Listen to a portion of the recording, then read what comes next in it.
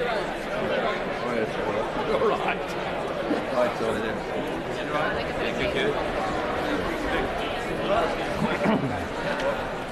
Order! Order!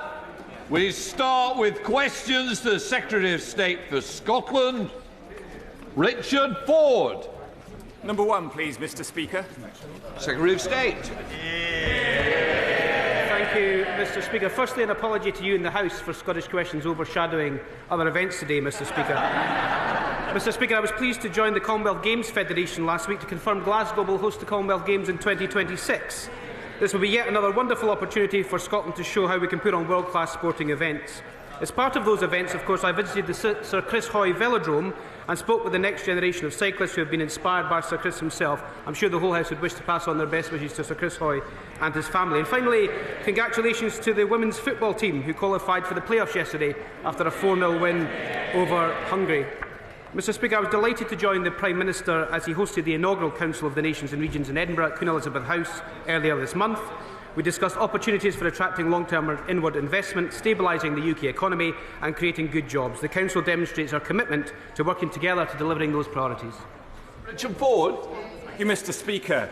Alongside Scotland, it is essential that all of the UK's nations and regions have a seat at the Council of Nations and Regions. Yet areas like the Great South West, which is home to over 3 million people with an £80 billion economy, are being left out because we don't have metro mayors. Will he speak with colleagues in the Cabinet Office to ensure that Scotland can work as a council with all of the non-mayoral regions of England? Mr. Speaker, on the 16th of July, the Deputy Prime Minister wrote to all areas that do not have a devolution deal to invite them to come forward with a proposal. New mayors established through this process would also be eligible to sit in the Council of Nations and Regions. I'll make sure the Deputy Prime Minister forwards a letter on to the Honourable Gentleman. Chris Murray. Thank you, Mr. Speaker. It's brilliant to welcome the Prime Minister to my constituency for the first meeting of the Council of the Nations and the Regions. Can the Secretary of State tell us if, after this Council, the Government is committed to ending the decade and a half of austerity imposed on my constituents by the Conservative and SNP governments?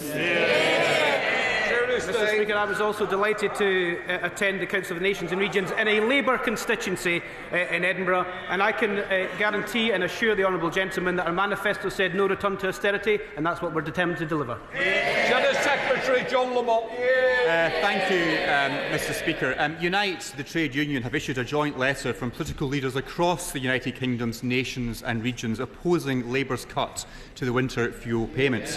It's been signed by every party at Stormont and parties in Wales, and the Scottish Conservative leader Russell Finlay has also signed it.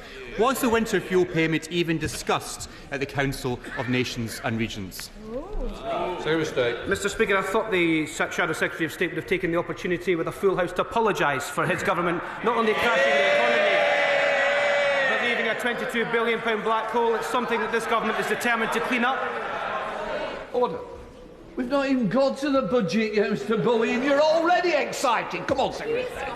I would hope the Shadow Secretary of State may come to the dispatch box during the rest of his questions and apologise to the country for crashing the economy and apologise to pensioners for what's happened to them as a result. Jamie Stone. Number 2, Mr. Speaker.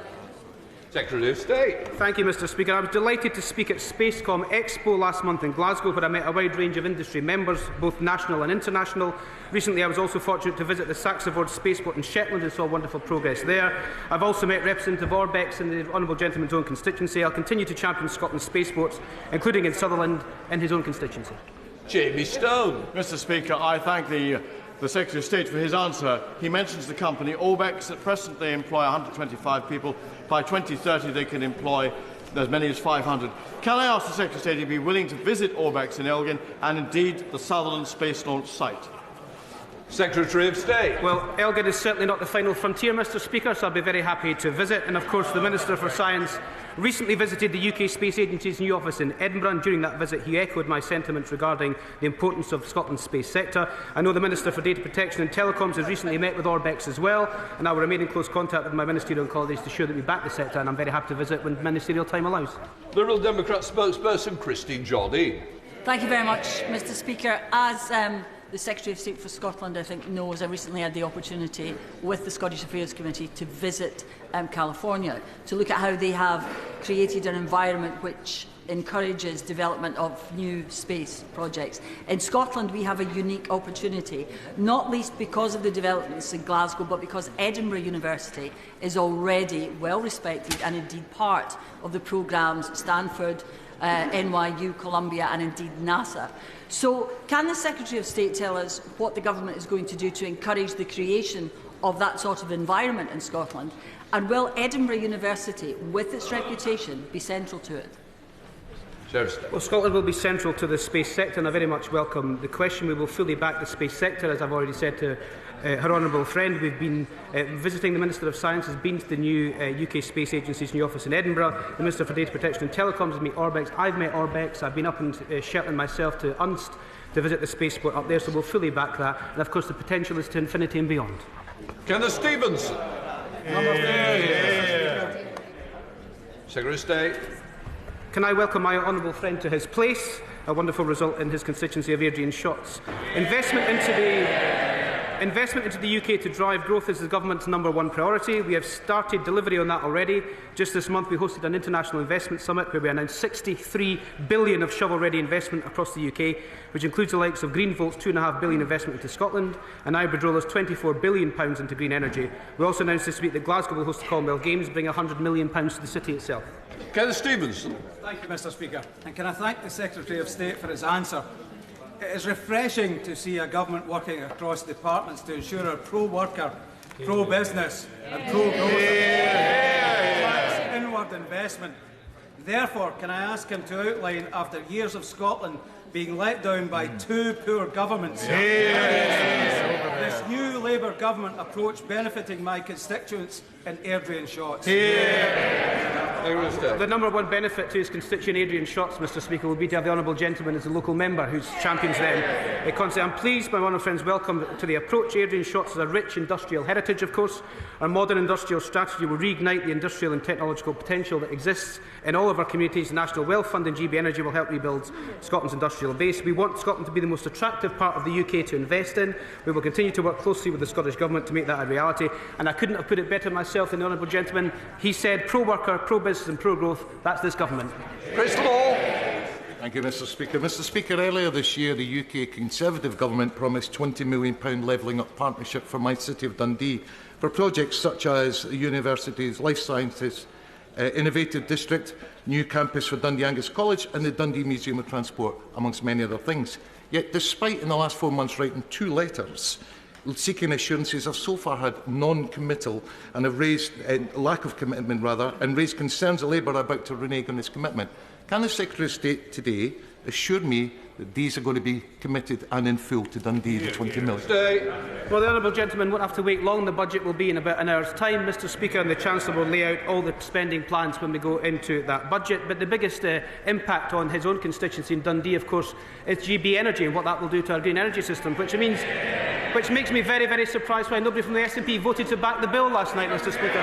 Graham Downey. Number 4, please, Mr. Speaker. Minister. Thank you, Mr. Speaker.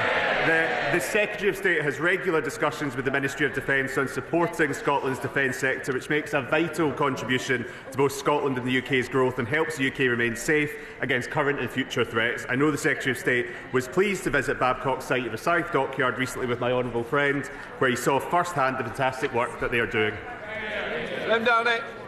Thank you, Mr. Speaker, and can I thank my honourable friend for that reply and congratulate him on his debut at the dispatch box this morning. Earlier this month, as he mentioned, the Secretary of State joined me in visiting the South Dockyard in my constituency. Does he agree with me that the failure of the SNP to support the defence sector to recruit the highly skilled workers they need from within my constituency and the rest of Fife is a damning indictment of the SNP's commitment to the security of the people of Scotland? And will he reassure me that he will do all he can to ensure the defence sector in Scotland contributes fully to the UK's security and future economic growth? Thank you, Mr Speaker. I know that my honourable friend has been a champion for the defence sector in his constituency since his election. I commend him for that work.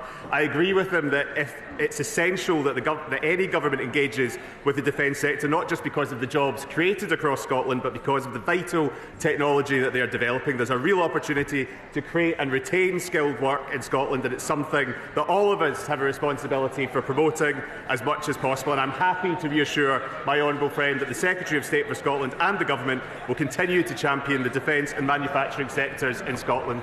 Yes, Fuller. Question number 5, Mr Speaker. Minister. Thank you, Mr Speaker. The Scotland Office is committed to championing Scottish arts and regularly showcases the sector's significant cultural and economic contributions to UK and Scottish Government ministers. In the budget later today, the Chancellor will set out her spending decisions. These will allow the Scottish Government to make its own spending decisions in devolved areas, including on arts funding. Jess Fuller. Thank you, Mr Speaker. I was glad to hear the Secretary of State celebrate events in Scotland in his opening remarks. And Scotland and the UK in general boasts one of the world's leading arts industries, including the notable Edinburgh Fringe Festival. But it is facing funding pressures due to government cuts and increased Brexit red tape, which complicate travel to Europe. British artists are being shut out of European markets, hindering their ambitions and success.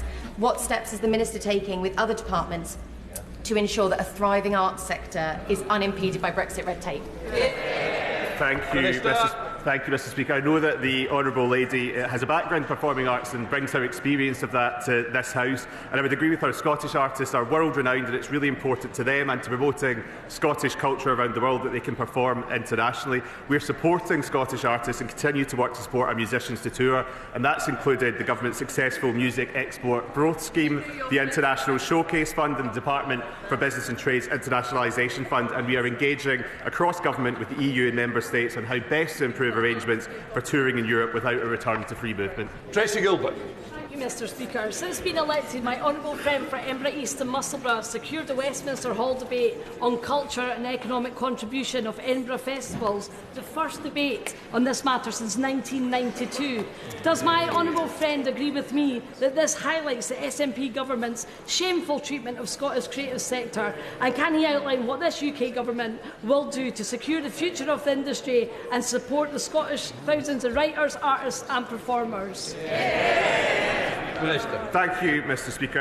I welcome the honourable member's comments and also our comments about the member for Edinburgh East and Musselburgh, and I was pleased to attend his debate in Westminster Hall when these issues were discussed. The UK government has supported creative industries across Scotland, including in her own city, £8.6 million to the Edinburgh Festivals, £2 million of capital funding to the King's Theatre in Edinburgh, and across Scotland, £5 million of capital funding to the Borough Collection, millions more committed through the Falkirk and Grangemouth deal to the Falkirk Arts Centre, and we'll continue to support arts and culture across Scotland. Christine Sullivan. Question number 6, please, Mr Speaker. It's your mistake. Thank you, Mr Speaker. The crisis this government inherited from the previous government isn't just fiscal, but it's also industrial, because neither they nor the SNP had any proper industrial strategy for Scotland. Our industrial strategy will deliver certainty and stability. Businesses need that to be able to invest in the high-growth sectors which will drive long-term sustainable economic growth. Well-paid jobs at the heart of our modern industrial strategy, and this is complemented by our plan to make work pay. Our strategy is clear. We are pro-business and pro-worker as a government. Christine Sullivan. Thank you, Mr Speaker. The new industrial strategy identifies creative industries as a key sector for UK growth. My constituency of Bathgate and Linlithgow is a popular setting for film and TV productions, including the Lockerbie film Outlander, as well as hosting the Pyramid Studios. As film and TV makes an increasingly important contribution to my constituency's local economy, can the Secretary of State advise what steps the Government is taking to support investment into creative industries in my constituency?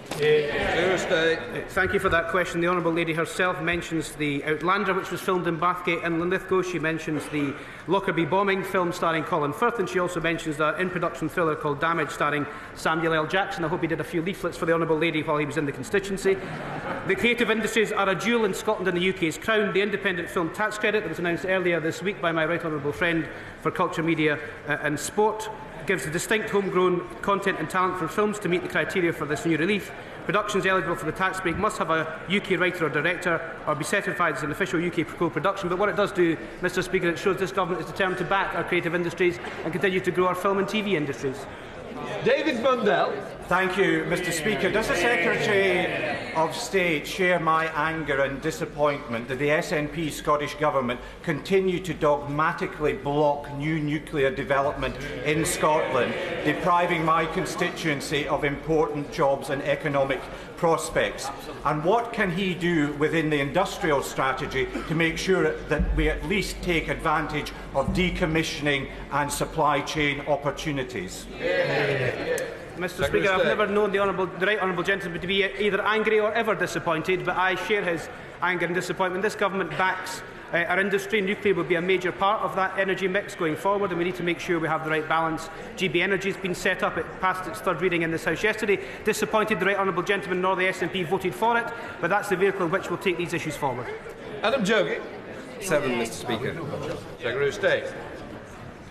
Can I welcome the honourable gentleman to his place? The budget by my right honourable friend the Chancellor will be announcing shortly that will herald a new era of investment and growth in Scotland. In our first 100 days, we announced the headquarters of GB Energy in Aberdeen, launched the National Wealth Fund and announced the biggest upgrade of workers' rights in the generation. Adam Jogi. Mr Speaker, Newcastle and Lyme is home to many people who left Scotland to build a life like my constituent Lee Bernadette Walford. Can the Secretary of State outline how resetting the relationship between the UK and Scottish governments is important for economic growth up and down our United Kingdom? I thank the member for that question. He is right. We don't agree with the Scottish Government on everything, or indeed very much at all, but Scots expect us to work together to produce results, and that is what we have tried to do. Yesterday I had my regular meeting with the Deputy First Minister, and this morning I spoke to the Finance Secretary ahead of the budget. Economic growth is a key area there, and I'm delighted to highlight shared work on energy, bringing the Commonwealth Games to Glasgow, the £100 million jointly funded package for the Falkirk and Rangers growth deal. Our long-term economic strategy requires both governments to work together. The Prime Minister and the First Minister have been clear that's what we're determined to do. Pete Wishart. Speaker, the Secretary of State boasted of a £150 million investment fund, only to bizarrely contradict himself and say that no such figure existed. Is this Scottish Schrodinger's funding? And is this perhaps the levelling up fund referred to by my honourable friend? Secretary of State. I'm very surprised that the honourable gentleman was keen to ask a question, given he didn't apply for one in the shuffle. Neither did any SNP member. And it's also quite surprising that the honourable member, with all his experience in this House, wants to spend his time in this new Parliament defending the previous Tory government's reckless gambles with the economy.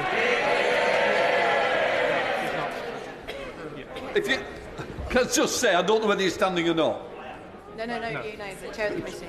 As the Chair of the Committee, who wanted to come in on this question. Yes. Patricia Ferguson. Thank you, Mr Speaker. And would my right honourable friend agree with me that the Drumchapel Levelling Up Fund bid and the project that would fall from that would be a very good way to promote the economic and social growth of that area? Secretary of State. I thank my honourable friend for that question. She's been an absolutely doughty campaigner for the Drumchapel project. She won't have long to wait. The Chancellor will come to this dispatch box shortly and announce the budget, and I'm hopeful that all of these projects, including some of the anti-poverty projects that she's championed for years in her constituency, come to pass. There's a man that stands. Jim Shannon. Thank you, Mr Speaker.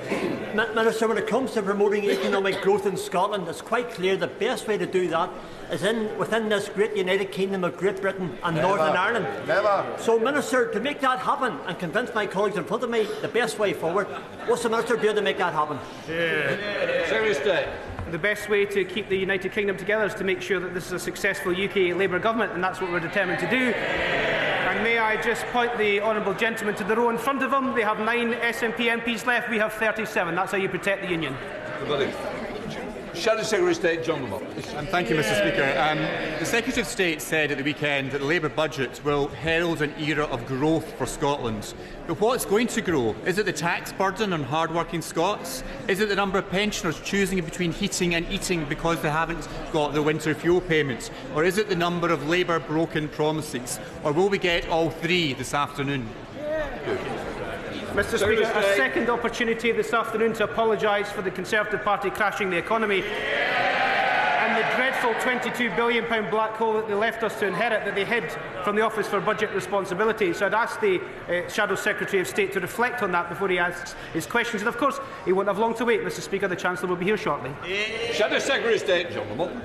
Thank you, Mr. Speaker. There's no answers in that response. Not so long ago, the Secretary of State said national insurance rise would have an enormous impact on businesses. And listen to this. He said under Labour, national insurance wouldn't go up. Tax rises, economic damage, broken promises. Isn't this Labour government just the same as the SNP? Mr. Speaker, I thought the Shadow Secretary of State was just describing his own previous government. Minister. Thank you, Mr. Speaker. My honourable friend will know that the House recently supported the Employment Rights Bill at second reading, which the party opposite shamefully opposes. This is the biggest upgrade to workers' rights in a generation. The Government is taking a joined-up and collaborative approach to the delivery of the Make Work Pay plan, which has been developed with businesses and trade unions. We are committed to continuing this approach through consultation on the implementation of Make Work Pay to ensure that the changes we are making work well for both employees and businesses. I'm sure the whole House will join me in congratulating the member for High Peak on the birth of his daughter, Connie. And as he enjoys his paternity leave, I'm sure the Minister will be familiar with the Dad Shift campaign, which seeks to increase paternity leave for more fathers. We wondered, would he support that campaign so that more fathers, in addition to those tens of thousands the government have already opened up paternity leave to, can enjoy that? And wouldn't he agree it's a huge contrast with the party opposite, who are spending their time talking about getting rid of maternity leave? Thank you, Mr. Speaker. Yeah, I do agree with what the honourable gentleman just said. I also said our congratulations to the member for High Peak on the birth of his daughter. This is why we are making immediate changes to paternity leave through the Employment Rights Bill. We're making paternity leave available from day one in a new job and enabling paternity leave to be taken after shared parental leave. And I want to just pay tribute to my honourable friend for campaigning vigorously on this issue. And I'm sure, like me, he was delighted to vote for the biggest upgrade to workers' rights in a generation, which the party opposite shamefully opposes. John Cooper. Mr. Speaker, thanks. One of the criticisms of the new employment legislation being brought in is that it delivers us into the hands of the trade union barons. Does the Secretary of State agree that we are indeed in the iron grip of the barons, since he was unable to attend an event in his own office last night because he wouldn't cross a picket line? Yeah. Mr. Speaker, we will take no lessons from the party opposite when it comes to employment rights, Mr. Speaker. Absolutely no lessons. This is a party that has left us with a £22 billion black hole in the public finances, which we are having to pick up, and which my right honourable friend the Chancellor will address in a moment. Stephen Gittins. I'll join the member from East Renfrewshire in congratulating the member on the birth of his daughter. And in terms of the demographic challenge, just before the election, the Scottish Labour Deputy Leader said there is something we can do to incentivise more people to come to Scotland. So in terms of employment in Scotland, has the Secretary of State and colleagues sat down with the Home Office in terms of encouraging more migration? Yes. Thank you, Mr. Speaker. The Government will work closely with the Migration Advisory Committee, and we welcome the contribution that migrants play to the economy. We'll take no lessons from a party that has consistently said that the positive destinations for people in Scotland is a 0-hours contract, and who sat last night on their hands when we dealt with the GB Energy Bill. Stephen Gittins.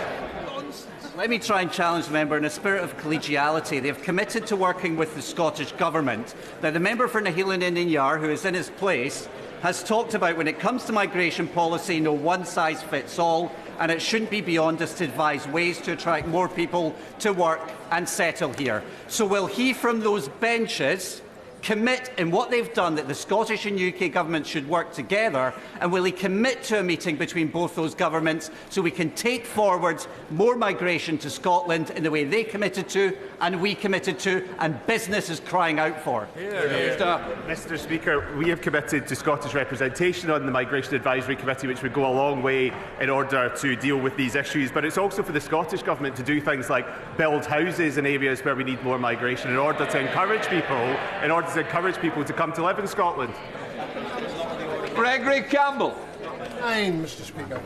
Mr. Speaker, Scotland is lightly proud of its 6 World Heritage sites. As my honourable friend will appreciate, responsibility for planning decisions for large-scale energy projects in Scotland rests with the Scottish Government ministers.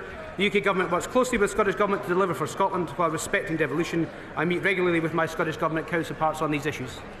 Gregory Campbell. Thank the Minister.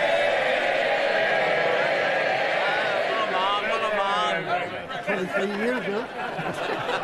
I thank the Secretary of State for his reply. In any discussions he will have, would he take account of the fact that, number one, I have written to UNESCO about the potential of a huge offshore wind farm very close to the Giant's Causeway and the UNESCO World Heritage Site that exists there. And the Communities Minister in Northern Ireland has also met UNESCO. Will he make representations to ensure that all considerations are given account of to ensure that people know the potential compromise and problems that may exist to that World Heritage Site there? Secretary of State. Mr. Speaker, I'm glad the member for East Londonderry hasn't lost any of his popularity in the House. It would be inappropriate for me to comment on planning decisions for large-scale energy projects in Scotland. This is a devolved responsibility. I do, of course, recognise the importance of considering the protection of local assets when developing renewable projects, particularly a cherished World Heritage Site. That completes questions.